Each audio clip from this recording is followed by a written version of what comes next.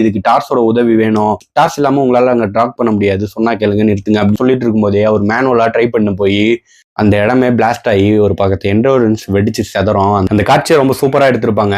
அது ஐமேக்ஸ் கேமரால விஷுவல் எல்லாம் பார்க்கவே ரொம்ப சூப்பரா இருக்கும். எண்டோரன்ஸ் வெடிச்ச அந்த போர்ஸ்ல வழக்கமா சுத்திக்கிட்டு இருந்த ஒரு வேகத்தை விட ரொம்ப வேகமா சுத்த ஆரம்பிக்குது. இப்போ நம்ம கூப்பருக்கு வேற வழி கிடையாது, எண்டோரன்ஸ்ல எப்படியாவது உள்ள போயே ஆகணும். இந்த சீன் ரொம்ப முக்கியமான சீன். இந்த சீன்ல சீட்டோட நுனியில உட்காந்து பார்க்க வைக்கிற சீன். எமிலியா பிராண்ட் கேட்பாங்க, கூப்பர் வாட் யூ டூயிங் அப்படின்னு கேட்கும்போது கூப்பர் சொல்லுவாரு டாக்கிங் அப்படின்னு சொல்ற அந்த சீன் வேற ரகமா இருக்கும். அதுக்கு பின்னாடி நம்ம ஆன்சிமரோட பிஜிஎம் பேக்ரவுண்ட் ஸ்கோர் சும்மா பிரிச்சு எடுத்துருவாரு.